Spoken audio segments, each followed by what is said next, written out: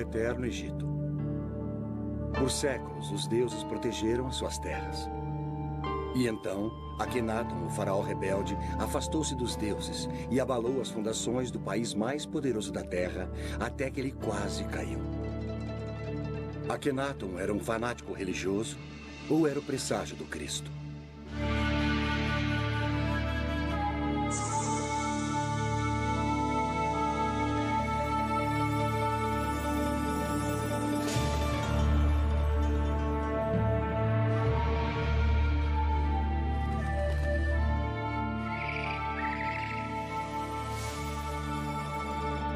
Os grandes egípcios.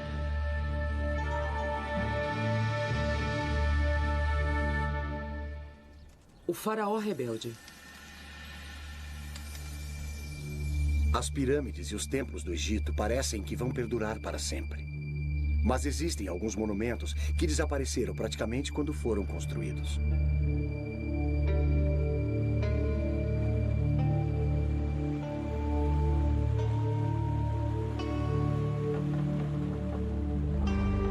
A 322 quilômetros da pirâmide de Gizé está Amarna.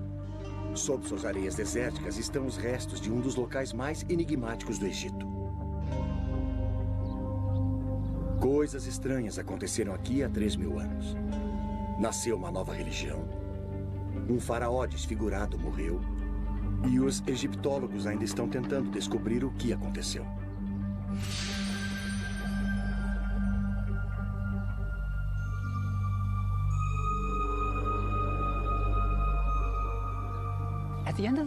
No final do século passado, Sir Flinders Petrie, o fundador da egiptologia moderna, descobriu uma grande cidade perdida no deserto. Ela tinha tudo o que ele esperava. Havia templos, palácios, ruas largas. Mas ainda assim faltava alguma coisa. Faltava cenas do faraó golpeando seus inimigos, marchando para a batalha. Também havia cenas do faraó fazendo oferendas a centenas de deuses egípcios. Não havia deuses. Quando Petrie continuou a escavar, ficou ainda mais chocado. O faraó era mostrado desfigurado, com o rosto alongado, seios, quadris largos e coxas grandes. Durante 1000 anos, os faraós foram retratados como jovens vigorosos, musculosos, prontos para a batalha. Este faraó era retratado desfigurado. Era quase como se uma criatura de outro planeta tivesse sido deixada no deserto egípcio.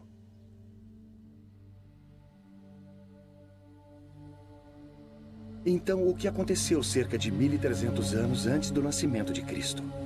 Para responder a essa pergunta, precisamos conhecer a família deste faraó rebelde.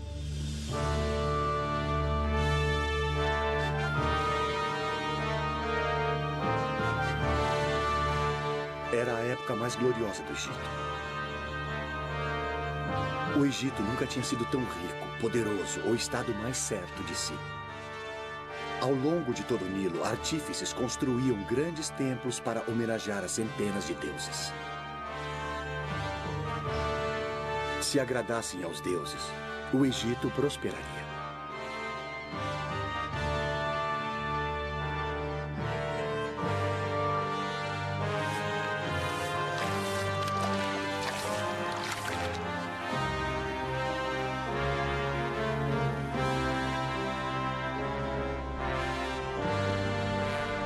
O pai de Akhenaton, o faraó Amenhotep III, vivia no grande centro religioso de Tebas, cidade do deus Amon, cujos silos de topo arredondado estavam cheios de grãos, óleo, linho e vinho, necessários para pagar as centenas de sacerdotes que serviam os deuses.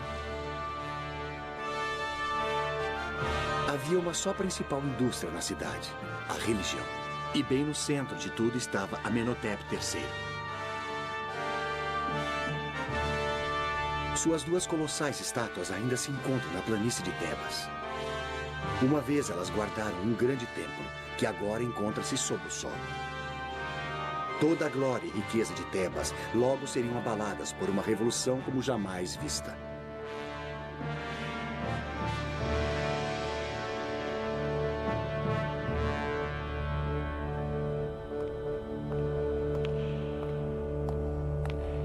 Amenhotep III comandava as coisas durante os anos de glória do Egito. Então não é de surpreender que a maior estátua do Museu do Cairo seja dele, com a sua família. Ali está Amenhotep III, e ali está sua esposa, a rainha Ti. Eles tinham 6 filhos, e o importante era como as crianças eram tratadas. 4 eram meninas.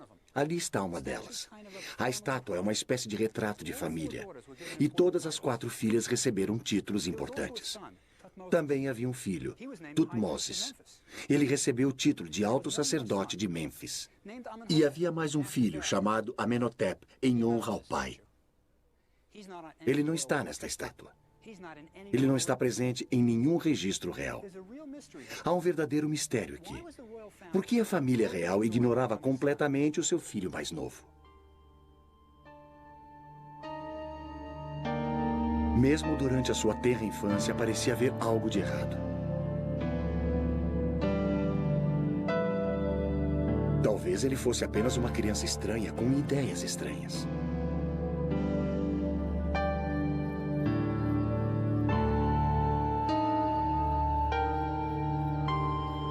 Enquanto seu irmão e irmãs recebiam títulos e honras, não havia nada para o jovem Amenhotep. Quando o séquito real ia aos templos para fazer oferendas ao deus Amon e para comemorar os festivais, podemos imaginar o pequeno Amenhotep deixado para trás, sozinho no palácio. Até mesmo o deus Amon rejeitava o garoto.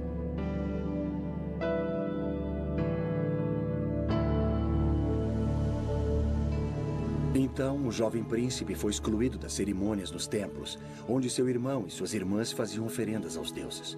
Tudo girava em torno dos templos e seus milhares de sacerdotes.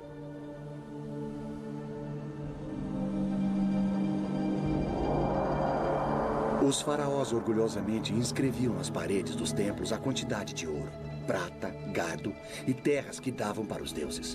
Em um ano apenas, um faraó deu ao templo 51 quilos de ouro, 907 quilos de prata, 2.268 quilos de cobre, 25 mil jarras de vinho, incontáveis filões de pão, 300 medidas de linho fino e 12 mil acres de terras.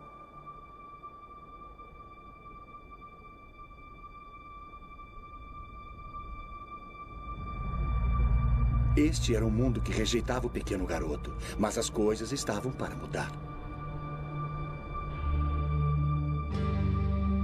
Depois do faraó, a pessoa mais importante da família real era a rainha Ti, a grande esposa do rei. Quando Amenhotep III casou com Ti, ele enviou o que então foram os primeiros telegramas do mundo. Proclamações de casamento esculpidas em placas em forma de escaravelho e enviadas a países estrangeiros. Elas diziam: tomei uma esposa, a rainha Ti, senhora das 2 terras. Seus pais são Uia e Tuia. Os pais da nova rainha não pertenciam à realeza. Para qualquer um que lesse as entrelinhas, a mensagem era clara. Minha esposa é uma plebeia, mas é melhor vocês a aceitarem como a rainha do Egito. Sua escultura denota uma mulher poderosa, do tipo que conseguia o que queria. Sua ambição parecia concentrada em Amenhotep, seu filho, que mais tarde mudaria o seu nome para Akhenaton. O que a rainha Ti queria era que seu filho Akhenaton fosse o faraó do Egito. O irmão mais velho de Akhenaton tinha morrido, mas havia outros pretendentes ao trono.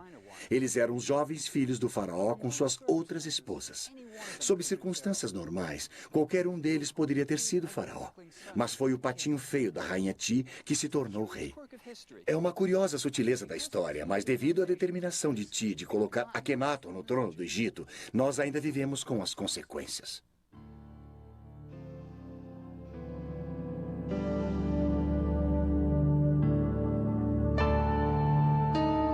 A múmia de Amenhotep III nos dá uma pista de como seu filho Akhenaton se tornou faraó.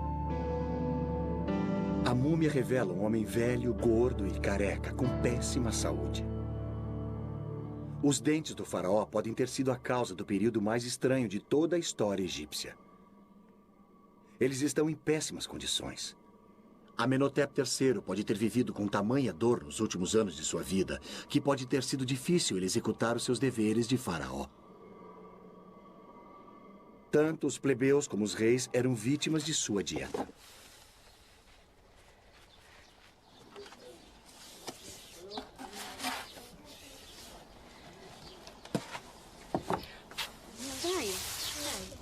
Todos os grãos do Egito eram moídos na pedra. Isso parece bastante saudável, certo? Exato. Veja, isso significa que, junto com o seu pão, você ingeria uma quantidade considerável de areia e sedimentos. Passar anos comendo pão egípcio moía os dentes, expondo as suas raízes à deterioração. Por mais habilidosos que os médicos egípcios fossem, eles não eram dentistas. Então, restava ao pobre Amenhotep III tentar aliviar a dor como pudesse. Ele pode ter sido sedado com vinho ou talvez com ópio. Se ele não estivesse em condições de tomar decisões, provavelmente seria fácil para a poderosa Rainha Ti escolher o seu filho adolescente para ser o próximo faraó.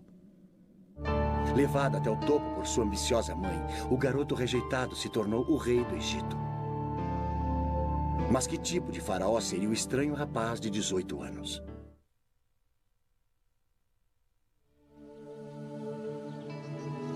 O nível de singularidade do novo faraó ficou claro nos primeiros anos do reinado de Akhenaton, quando ele começou a construir o seu próprio templo em Karnak, o centro religioso de Tebas.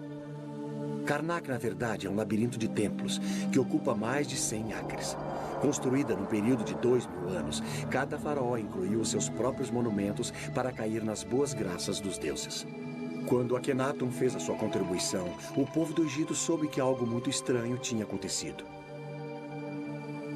Ele criou um estilo artístico completamente novo e esquisito. O faraó era retratado com longos dedos dos pés, quadris largos, dedos das mãos extremamente longos, seios e um rosto alongado. Nada parecido com isso já tinha sido visto num templo egípcio. Mas a esquisitice não terminava aí. Bem à frente do templo estavam duas estátuas colossais do faraó, que acentuavam as suas estranhas características ainda mais. Mas isso não era tudo. O templo estava coberto de cenas do Aten, o disco do sol.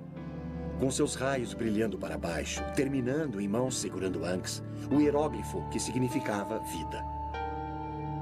Amon e os outros deuses do Egito tinham desaparecido, substituídos pelo disco solar. O povo deve ter imaginado: onde estão os outros deuses? Eles logo saberiam. Akhenaton tinha declarado, pela primeira vez na história registrada, que havia apenas um Deus. Ele tinha virado 2000 anos de religião egípcia de pernas para o ar.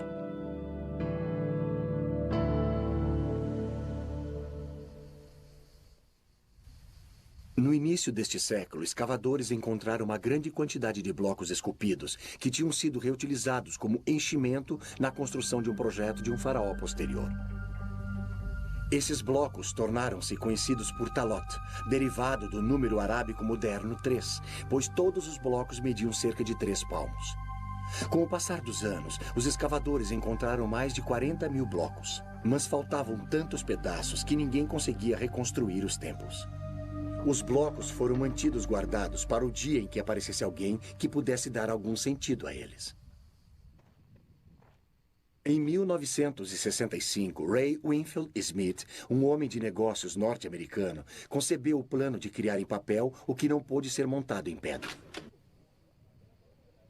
0127-14606. Sua ideia era fotografar todo e cada bloco, mesmo aqueles que foram parar nas coleções particulares e nos museus em todo o mundo. As fotografias se tornaram peças de um quebra-cabeças gigante. E com a ajuda de um computador, a equipe de Smith reconstruiu os templos no papel. Primeiro, eles numeraram cada bloco. Depois, o número e a descrição de cada bloco foi colocado no computador. Em 1965, isso era altíssima tecnologia. Se um pedaço tivesse a cabeça de um faraó, olhando para a esquerda e terminando no pescoço, o computador procurava pelos blocos que tivessem o corpo de um rei que começasse no pescoço. Quando o computador encontrou os blocos que eram possíveis combinações, Smith pegava as fotografias e as juntava para ver se encaixavam. Quando faltava um bloco, um artista completava a cena que faltava. O projeto continuou por 6 anos. A reconstrução feita pelo computador ajudou os egiptólogos a descobrirem o que estava acontecendo. O garoto que fora posto de lado agora estava no comando. Como faraó, Akhenaton não podia mais ser excluído dos festivais religiosos. E havia muitos deles. Durante o festival de Opet, as estátuas dos 3 principais deuses de Tebas, Amon, Mut e Hansu, eram carregadas do templo de Karnak até o templo de Luxor. A ocasião requeria muitos dias de danças, cantoria e festas. Eu frequentemente imagino por que Akhenaton mudou tudo. Ele era o rei do Egito, por que balançar o barco? Mas se estivermos certos a respeito dele ser uma criança rejeitada, isso explicaria tudo. Ele era como a Cinderela. Quando seu irmão e irmãs iam aos festivais religiosos, ele era deixado em casa. E vejam o que ele estava perdendo. O maior espetáculo da Terra.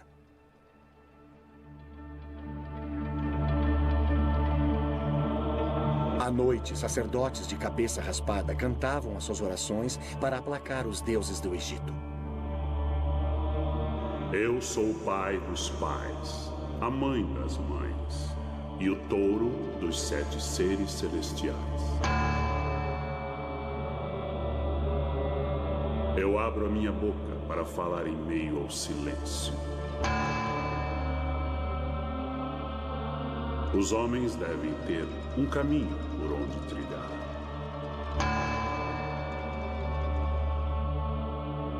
Estas eram cerimônias maravilhosas, e o jovem Akhenaton as estava perdendo. Mas há um final feliz, pelo menos por agora. Akhenaton se torna rei do Egito, e com o seu poder, ele pode acertar tudo. Ele rejeitará os deuses de Tebas. Não eram mesmos os seus deuses. E ele terá o seu próprio Deus particular, que o ama, o Aten. E ele abraçará sua nova religião e o seu novo Deus, e deixará Tebas, e todo o seu sofrimento da infância. Ele fundará um novo mundo. A única questão é, onde?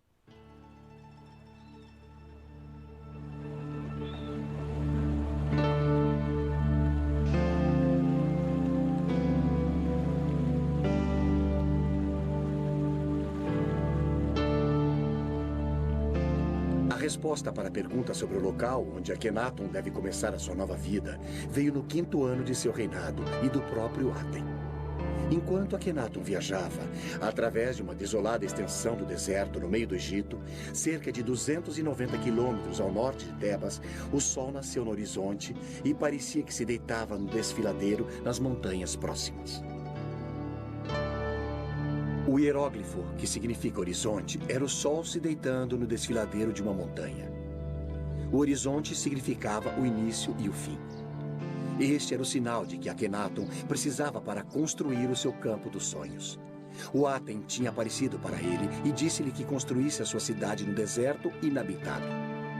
Ele a chamou de Akhenaton, o horizonte do Aten. Akhenaton mandou esculpir marcadores de fronteira à volta de sua cidade, relatando sua visão mística. Sua Majestade apareceu em sua grande biga de Electra, como o Aten, quando se eleva no horizonte. Foi o Aten, meu pai, que me disse para construir a cidade. Nenhum burocrata jamais me aconselhou a construir nesse local deserto. Depois de ter recebido a revelação para construir a sua cidade, Akhenaton liderou um pequeno grupo de seus seguidores saindo de Tebas e indo para a árida região desértica que o Aten tinha escolhido, um lugar agora chamado de Amarna. Akhenaton era líder de uma seita e esta seria a sua comuna. Num dos marcadores de fronteira, ele reuniu os fiéis e, enquanto observava as desoladas planícies onde seria construída a nova cidade, ele realizou um culto de adoração. Akhenaton não estava mais sozinho. Agora ele estava casado com Nefertiti, uma das mulheres mais lindas da história. Agora ele tinha sua própria família, 2 filhas e mais 4 por vir. O garoto rejeitado tinha percorrido um longo caminho. Devia haver uma incrível sensação de emoção na nova cidade. Eles eram pioneiros numa admirável nova religião e o faraó era o seu líder. Uma sensação como essa só ocorreria novamente na era cristã. Era uma virada na história do mundo. E Akhenaton era o pivô dessa história. Mas o resto do Egito aceitaria a nova religião do faraó?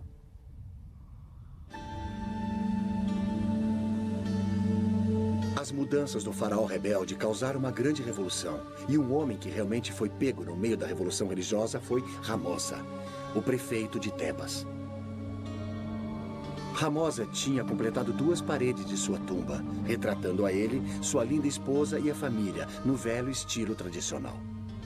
Todos estavam perfeitos, com cada mecha em seu devido lugar, da maneira que eles queriam por toda a eternidade. E então Akhenaton mudou tudo.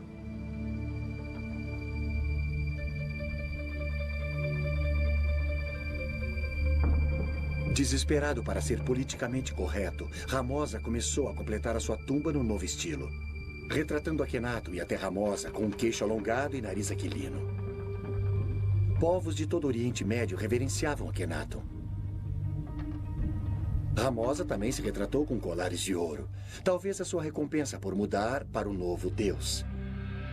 Ou era um suborno para manter as aparências. O velho Ramosa morreu antes de completar a sua tumba, e a procissão funerária que o enterrou foi rapidamente pintada na parede. Ramosa tinha um pé na religião antiga e um pé na nova. Você imagina o que ele pensou que iria lhe acontecer na próxima vida? Ou se é que havia mesmo a próxima vida? Mas Ramosa não era o único que tinha perguntas.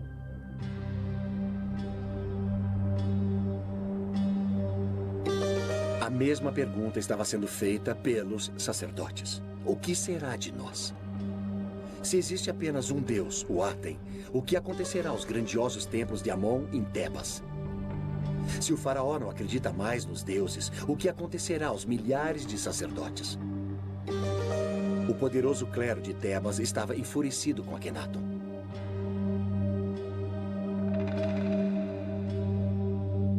O faraó rebelde tinha declarado seus deuses extintos, tinha desertado da capital religiosa do Egito e jurou nunca mais voltar. As oferendas reais aos templos tinham se acabado. Não haveria mais doações aos templos dos prisioneiros capturados nas guerras. Os recursos do Egito estavam se esvaindo das cidades instituídas e indo para o deserto para construir a nova cidade do faraó. Mas não eram apenas os sacerdotes que sofriam por causa da nova religião.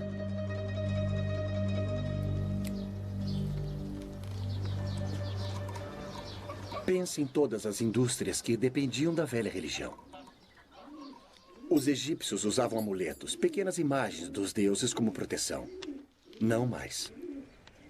Os fabricantes de amuletos egípcios que esculpiam escaravelhos, pequenos besouros com as imagens dos deuses e os nomes dos reis, faliram. Os habilidosos escultores de madeira que faziam as estátuas dos deuses que adornavam as casas egípcias estavam sem trabalho. O que Akhenaton estava fazendo? Este é o livro dos mortos. Olha aqui. Lá está o falecido. Você pode ver o que ele está segurando na mão? É o seu coração. O coração era muito importante para os egípcios. Eles acreditavam que se pensava com o coração. E isso até que faz sentido. Quando você fica emocionado, é o seu coração que bate rápido, não o seu cérebro. É por isso que no Dia dos Namorados você dá corações de chocolate e não cérebros de chocolate. E olha aqui, estes 4 deuses, eles estão protegendo os órgãos internos do falecido. Veja, os egípcios eram ressurrecionistas.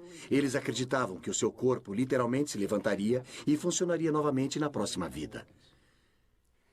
Então, você tinha de ter um corpo completo, incluindo seus órgãos internos. E a viagem até o próximo mundo? Ela seria feita de barco. Agora, se você olhar aqui no final do Livro dos Mortos, ele até vem com remos mágicos para a viagem. De certo modo, este é o mapa para ir ao próximo mundo. Mas Akhenaton estava jogando fora todos os mapas velhos. Ele estava escrevendo o seu próprio mapa.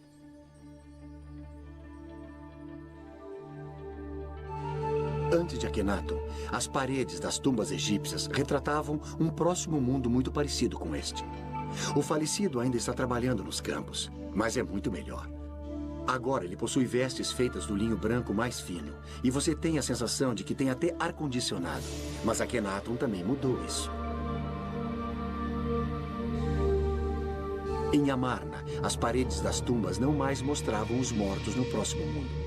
Essas cenas foram substituídas por retratos de Akhenaton e da família real, e frequentemente adorando o Aten. Se havia um próximo mundo, ele parecia girar em torno de Akhenaton. E junto com esta confusa visão do pós-vida, está uma das maiores realizações intelectuais no mundo antigo, um poema escrito pelo próprio Akhenaton. Esplêndido você se ergue ao amanhecer. Aten vivente, criador da vida. Quando você nasce no leste, você cobre toda a terra com a sua beleza. Você é formoso, grandioso, radiante.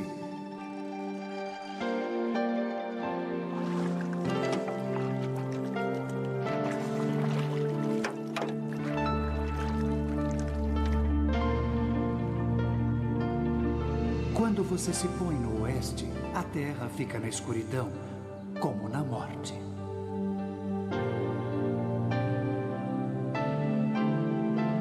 Os leões vêm de seus covis, todas as serpentes picam, a noite ronda.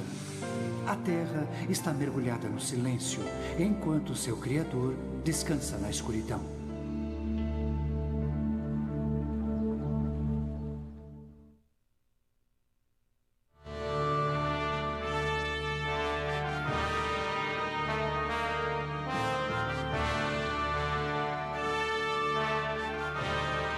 A religião não foi a única coisa que Akhenaton mudou. 1000 anos de arte foram jogados fora. Antes de Akhenaton, a arte egípcia mal tinha mudado com o passar dos séculos. Nós estamos acostumados com mudanças de estilo artístico quase todo ano. No Egito, a arte era para a eternidade. As mudanças eram para ser evitadas. A estátua de um faraó de 2500 anos antes de Cristo não é radicalmente diferente de uma estátua feita 2000 anos depois.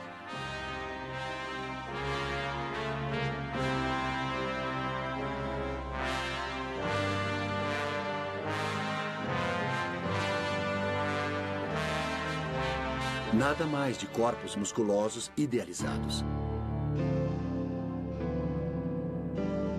Akhenaton é mostrado com suas verrugas e tudo mais. O slogan da era de Akhenaton era "Vivendo na Verdade". Se o faraó fosse deformado, que fosse mostrado dessa maneira. Nem mesmo a linda Nefertiti estava isenta da nova política da verdade na arte. O famoso busto de Nefertiti é um símbolo de beleza em todo o mundo. Mas enquanto amadurecida, até ela foi retratada com uma má postura e um corpo envelhecido.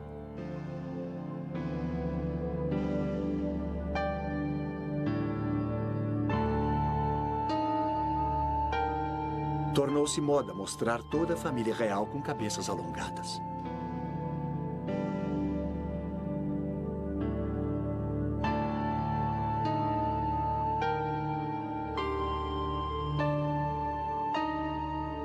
A nova arte não era libertadora apenas para Akhenaton, mas dava aos artistas de Amarna uma nova liberdade.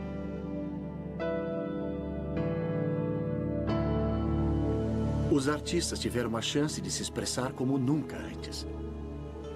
As novas cenas da família real podiam ser montadas sem preocupações com a tradição. Eles eram mostrados de maneira informal, se beijando e se tocando, fazendo refeições juntos. Nunca havia sido permitido ver a vida privada de um faraó no Antigo Egito. Mas Akhenaton o permitiu. Era como se cinegrafistas fossem convidados para filmar a rainha da Inglaterra escovando os dentes. Crescendo em Tebas, Akhenaton nunca tinha sido mostrado com sua família. Nunca fora citado nos monumentos. Agora, aqui em Amarna, ele podia sair do armário e dizer: "Me aceitem como eu sou." Pela primeira vez em sua vida, Akhenaton podia ser ele mesmo. Terminada, Amarna era um cenário teatral para comemorar o reinado de Akhenaton. O garoto rejeitado tinha percorrido um longo caminho. Sobre a estrada, uma ponte ligava o palácio à área do templo. Aqui, Akhenaton e Nefertiti apareciam diante do povo numa sacada chamada de Janela das Aparições, atirando ornamentos de ouro e outros presentes àqueles que eles queriam honrar. A cidade cresceu, chegando a mais de 10.000 habitantes. Havia barqueiros, burocratas, mercadores, artesãos, sacerdotes e suas famílias.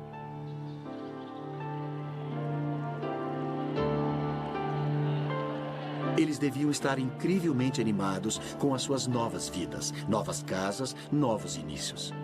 Era como a Era de Aquário. Akhenaton estava tentando criar uma utopia, mas nem todos estavam felizes.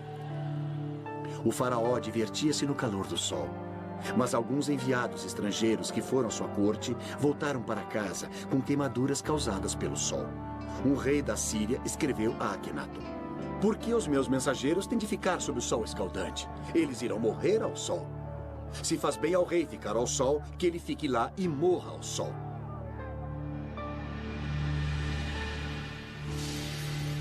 Eles eram como os adoradores do sol californianos. Eu sempre penso na corte de Akhenaton com um bronzeado permanente.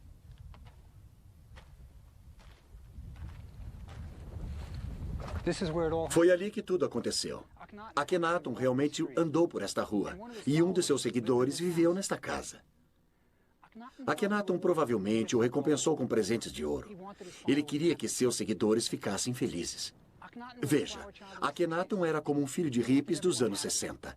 Ele queria que todos fossem felizes, que tudo fosse lindo, que todos amassem uns aos outros. Infelizmente, o mundo não funciona assim. Akhenaton tinha ficado isolado por tempo demais. Ele não entendia as pessoas. Ele tinha criado uma religião linda e idealista, muito adiante de seu tempo. Mas o povo simplesmente não entendeu. Eles estavam acostumados aos deuses que podiam ver, esculpidos na rocha. Deuses com lindos corpos de homens e mulheres e cabeças de animais.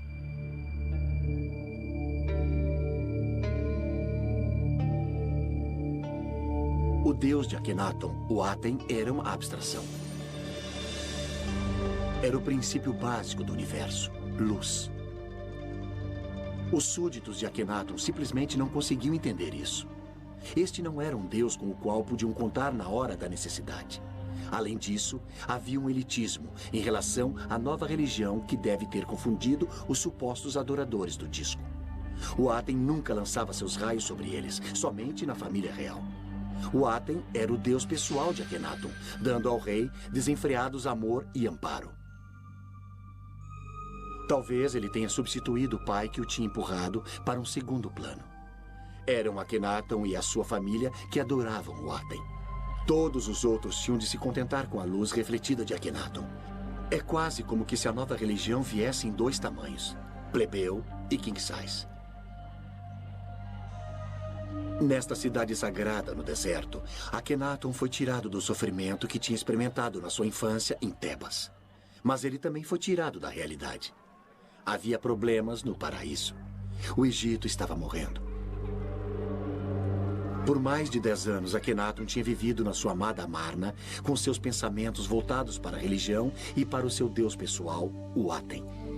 Mas ninguém ficou cuidando da loja. Era como se o presidente dos Estados Unidos tivesse mudado a sede do Congresso para o Wyoming e começasse a escrever poesias. O exército do Egito, que um dia fora grandioso, tinha enfraquecido. Os países estrangeiros não mais mandavam tributos. Dos remotos postos avançados na Síria e no Líbano, os embaixadores estrangeiros do Egito escreveram ao rei dizendo que não mais eram respeitados. Cartas escritas por um de seus príncipes leais, Reboti, falam da falta de respeito por Akhenaton e pelo próprio Reboti. Escrevendo de sua posição fortificada, ele pleiteou: Eles conspiram entre eles. E assim sendo, receio não haver quem possa me resgatar de suas mãos. Como um pássaro preso na rede, eu me encontro. É preciso lembrar como Reboti estava isolado. Para os soldados egípcios chegarem a ele, teriam de marchar através de Gaza, Canaã, até o Vale de Becar, na Síria, e depois para o norte. Este sempre era um território hostil.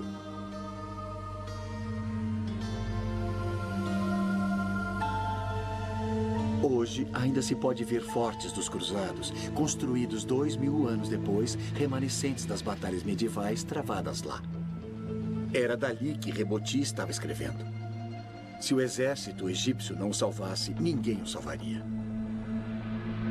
Reboti escreveu repetidas vezes, falando a Akhenaton sobre a posição enfraquecida dos egípcios e pedindo reforços. Sua última carta não foi respondida. A dominação egípcia sobre o Oriente Próximo tinha lhe escapado, e Akhenaton parecia não saber ou não se importar.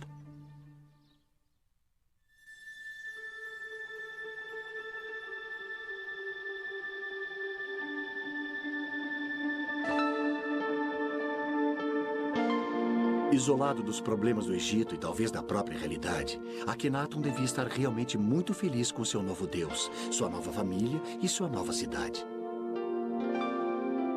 Mas após 14 anos de casamento, sua linda esposa e companheira Nefertiti morreu. Sua outra esposa, Kia, também tinha morrido. Então, agora ele não tinha uma mulher ao seu lado. Akhenaton tinha sido criado entre mulheres, 4 irmãs e sua poderosa mãe, a rainha Ti. Nefertiti tinha sempre estado ao seu lado, partilhando seus sonhos. Kia, sua linda esposa secundária, também era importante para ele. Ela até tinha o seu próprio templo. Agora, as 2 esposas estavam mortas. Akhenaton estava sozinho novamente. O grande experimento no deserto estava quase acabado. No 17º ano de seu reinado, com pouco mais de 30 anos, Akhenaton morre e desaparece da história. Algum dia saberemos o que realmente aconteceu em Amarna? Akhenaton realmente se parecia com as suas estátuas? Muitos acreditam que a única maneira de sabermos será com a descoberta da múmia de Akhenaton. É exatamente isso que alguns egiptólogos acham que aconteceu em janeiro de 1907. De todas as múmias reais descobertas, nenhuma causou mais controvérsia do que aquela encontrada na tumba 55 do Vale dos Reis. No início do século, Theodore Davis, um rico americano que fazia escavações no Egito, descobriu uma tumba onde um sepultamento da época de Amarna tinha sido realizado. Essa tumba claramente não fora concluída e o sepultamento fora apressado. Painéis de madeira dourada estavam deitados no chão e contra a parede. Elas traziam a imagem danificada de Akhenaton adorando o disco solar e o nome da rainha Ti.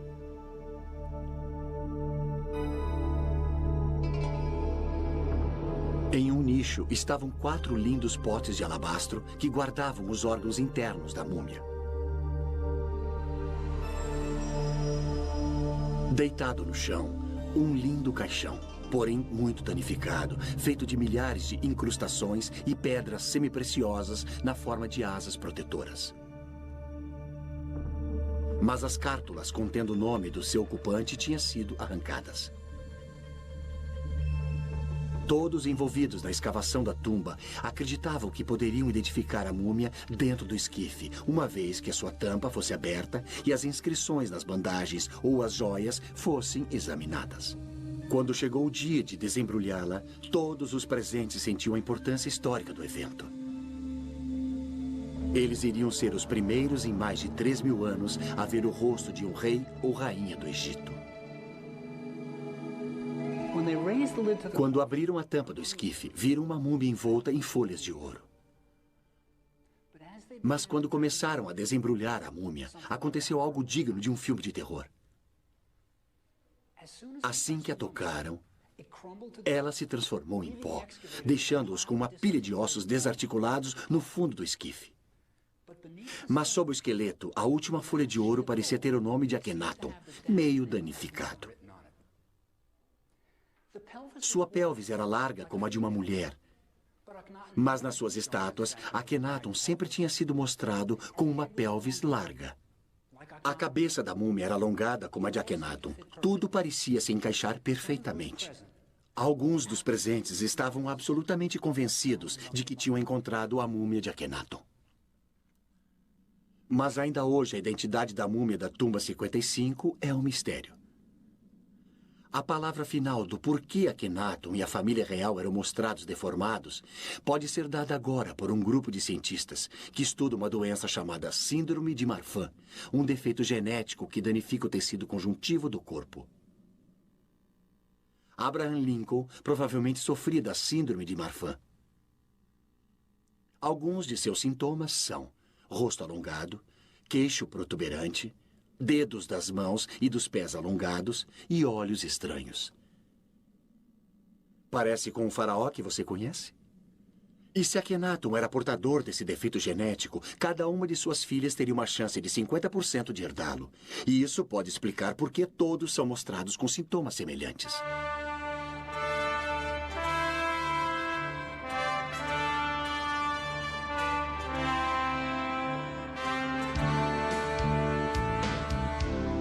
Fiquei extasiado ao descobrir que na minha própria cidade estavam realizando pesquisas sobre a síndrome de Marfan no New York Hospital.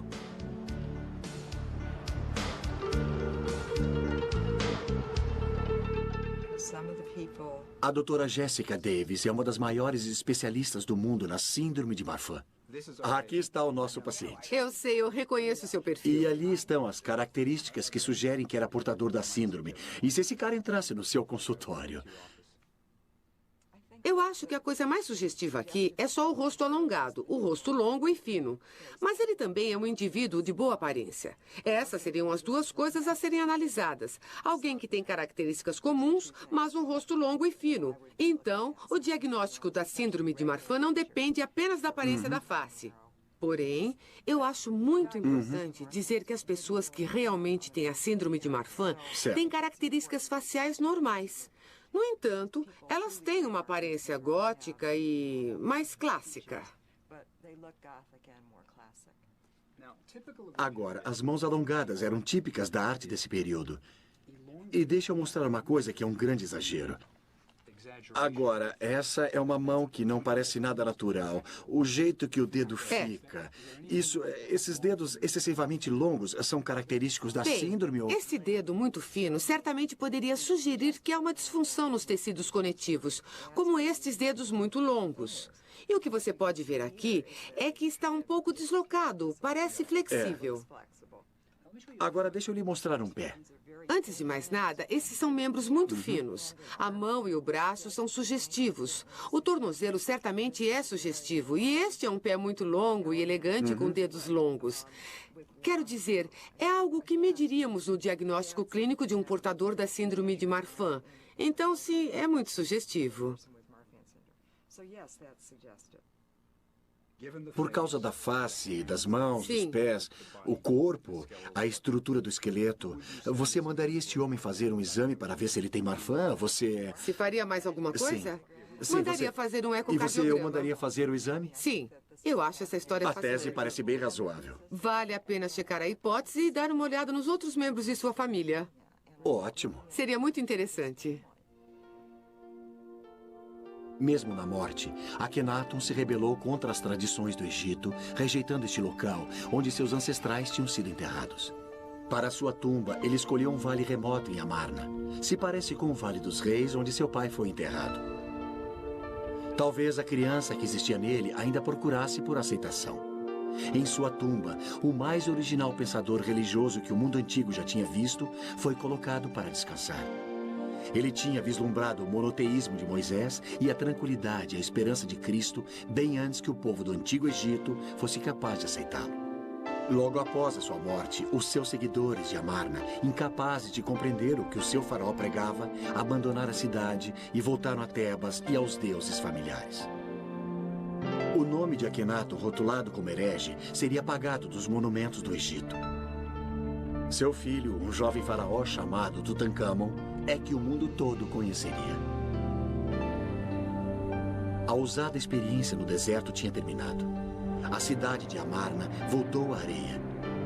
James Breasted, o egiptólogo norte-americano, disse de Akhenaton: Morreu com ele um espírito que o mundo nunca tinha visto antes. Uma alma corajosa, destemidamente enfrentando o impulso da tradição imemorial. Esse homem, que numa era tão remota e sob condições tão adversas, tornou-se o primeiro idealista e o primeiro indivíduo do mundo. Uma imagem forte, mas com muita verdade.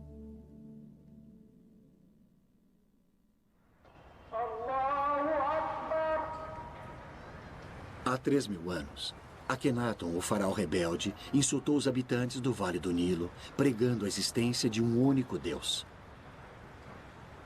Mas menos de 100 anos após a morte de Akhenaton, Moisés pregaria um só Deus, o monoteísmo nas margens do Nilo aos israelitas.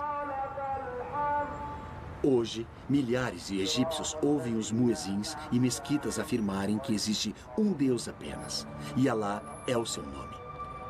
A ideia de um Deus único, uma vez a crença radical de um herege isolado, agora é adotada por muçulmanos, cristãos e judeus em todo o mundo.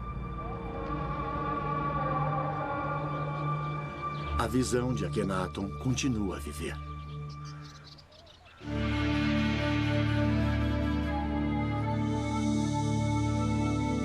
Versão brasileira, Tempo Filmes, São Paulo.